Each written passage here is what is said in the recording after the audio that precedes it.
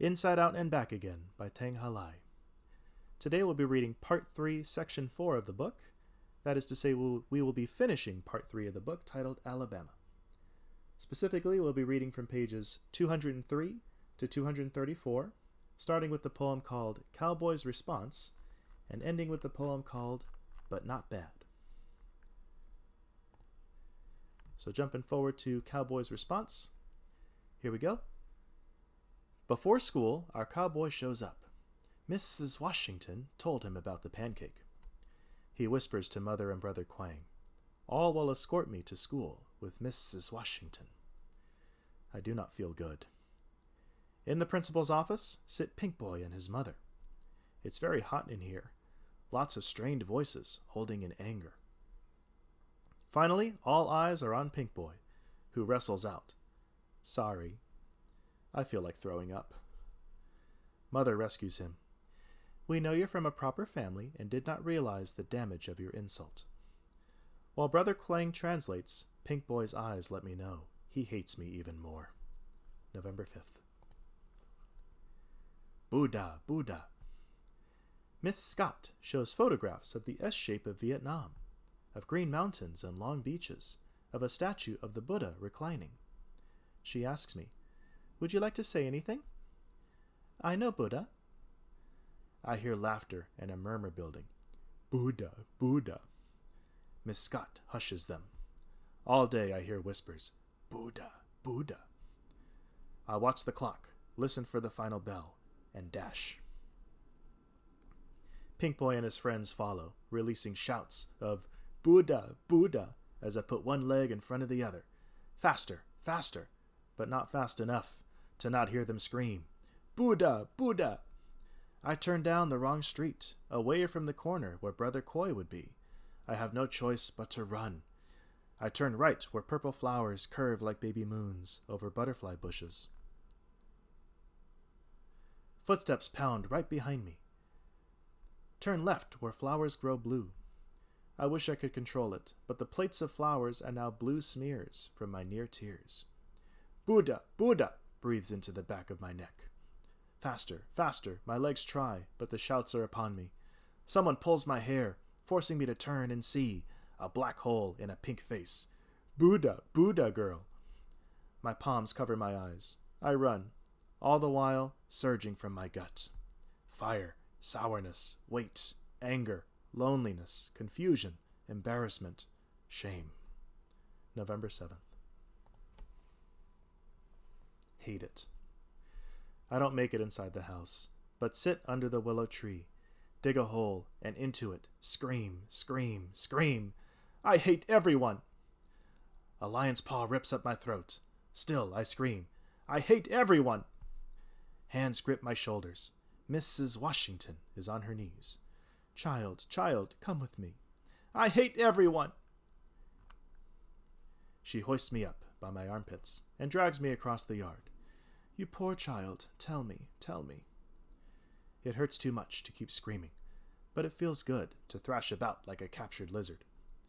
Inside her house, Mrs. Washington throws her body on mine. "Hush, hush, hush, hush." She says it over and over like a chant, slowly. Slowly the screams that never stopped inside my head cool to a real whisper. "I hate everyone." "Even your mama?"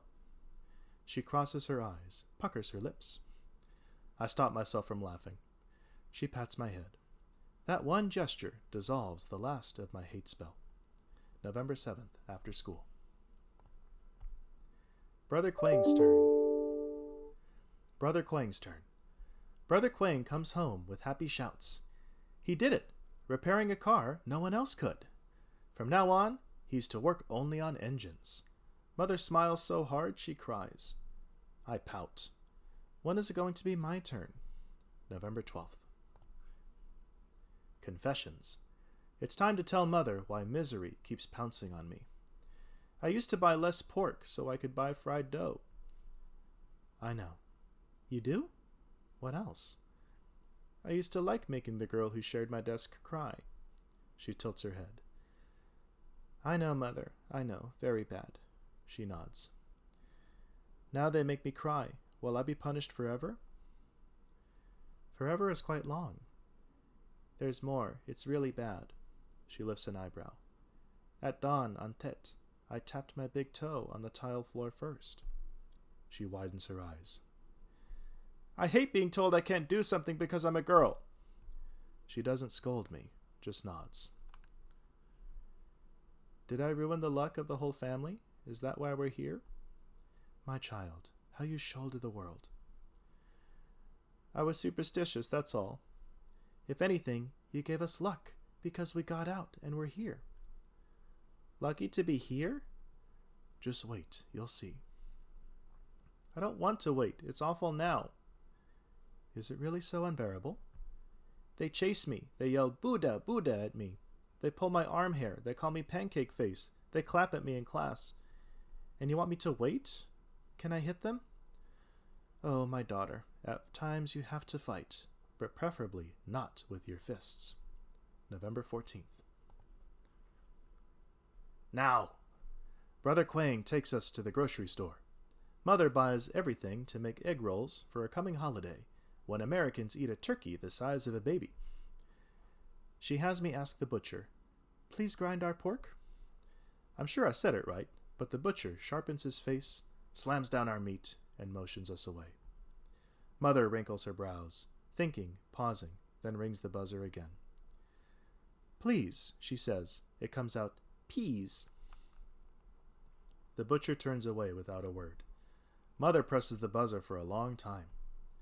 When the butcher returns, he hears a lot of Vietnamese in a voice stern and steady, from eyes even more so. Mother ends with a clear, now! The butcher stares, then takes our meat to the grinder. November 22nd. Doo-doo face. Again they're yelling, Buddha, Buddha.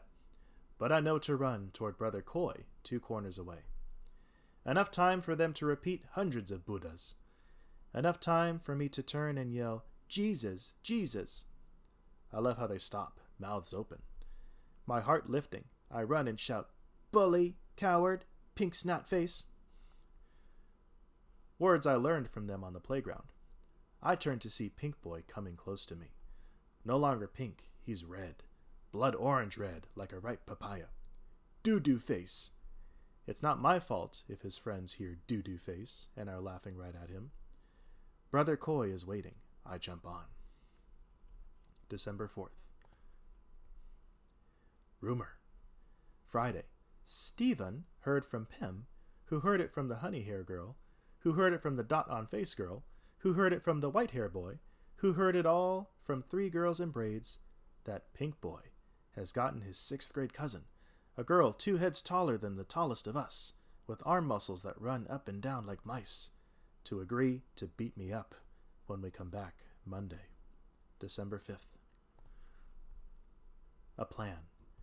I don't have to tell Brother Koi, who heard in the halls of his school, that my face is to be flattened flatter tomorrow. You don't have a flat face, he says. Besides, I have a plan.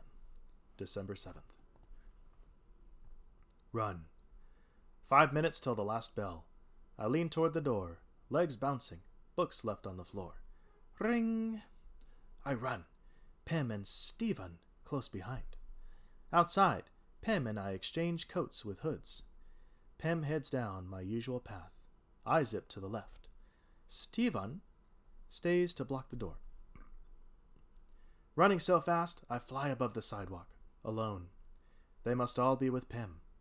I stop at the new corner where Brother Koi said to wait. Where is he? Footsteps explode from the street that smacks into mine. Pink Boy! December 8th, 3:36 p.m. A shift. Pink Boy plows toward me. I squat in Dung Tang, facing him. His right arm extends in a fist. When he's close enough for me to see the white arm hair, I shift my upper body to the left, legs sturdy, eyes on the blur that flies past me. A thud. Pink Boy writhes on the pavement. I thought I would love seeing him in pain, but he looks more defeated than weak, more helpless than scared, like a caged puppy. He's getting up. If I were to kick him, it must be now. December 8th, 3:38 p.m. Wow! A roar! Pink Boy and I turn. A gigantic motorcycle! The rider in all black stops. The helmet comes off. Vu Li! Wow! Pink Boy disappears. Brother Koi runs up, out of breath, pushing a bicycle with a flat. Vu Li flicks his head. I climb on first, wrap my arms around a waist tight as rope. Brother Koi climbs on next, one hand holding the handlebar of his bike. We fly home. December 8th, 3:43 p.m. The Vu Li effect. Vu Li now picks me up after school. So, someone is always saving lunch seats for me, Pim, and Stevan. Someone is always inviting us to a party. Someone is always hoping Vu Li will offer her a ride, as he did the huge cousin, who now not only smiles but waves at us. Pink Boy avoids us, and we are glad. December 16th. Early Christmas. Mother invites our cowboy and Miss Washington for egg rolls. They brought gifts, not saying Early Christmas, not wanting to embarrass us for not having anything to exchange. From our cowboy, to Mother, 2 just caught catfish. To Brother Quang, tuition for night college. To Vu Li, jerky in 10 flavors. To Brother Koi, 2 fighting fish in separate jars. And to me, a new coat. We laugh and say, perfect. From Mrs. Washington to Mother, a gong and jasmine incense. To Brother Quang, an engineering textbook. To Vu Li, jerky in 10 flavors. To Brother Koi, a hamster. To me, 3 packages of something orange and dried. My family claps and says, perfect. I frown. December 20th. Not the same. 3 pouches of dried papaya. Chewy, sugary, waxy, sticky. Not the same at all. So mad, I throw all in the trash. December 20th, night. But not bad. Mother slaps my hand. Learn to compromise. I refuse to retrieve the pouches, pout, go to bed, stare at the photograph of a real papaya tree, wonder if I'll ever taste sweet, tender orange flesh again. Gong! Rings out. How soothing a real gong sounds. Swirls of incense reach me, hovering like a blanket, tugging me in. I wake up at faint light, guilt heavy on my chest. I head toward the trash can. Yet, at the dining table, on a plate, sit strips of papaya, gooey and damp, having been soaked in hot water. The sugar has melted off, leaving plump, moist, chewy bites. Not the same, but not bad at all. December 21st, 20 through 21st. And that is where we will end today. That was the end of part 3 of the book. The next section, part 4, will be the final part. Look forward to finishing the book with you guys next time. Take care.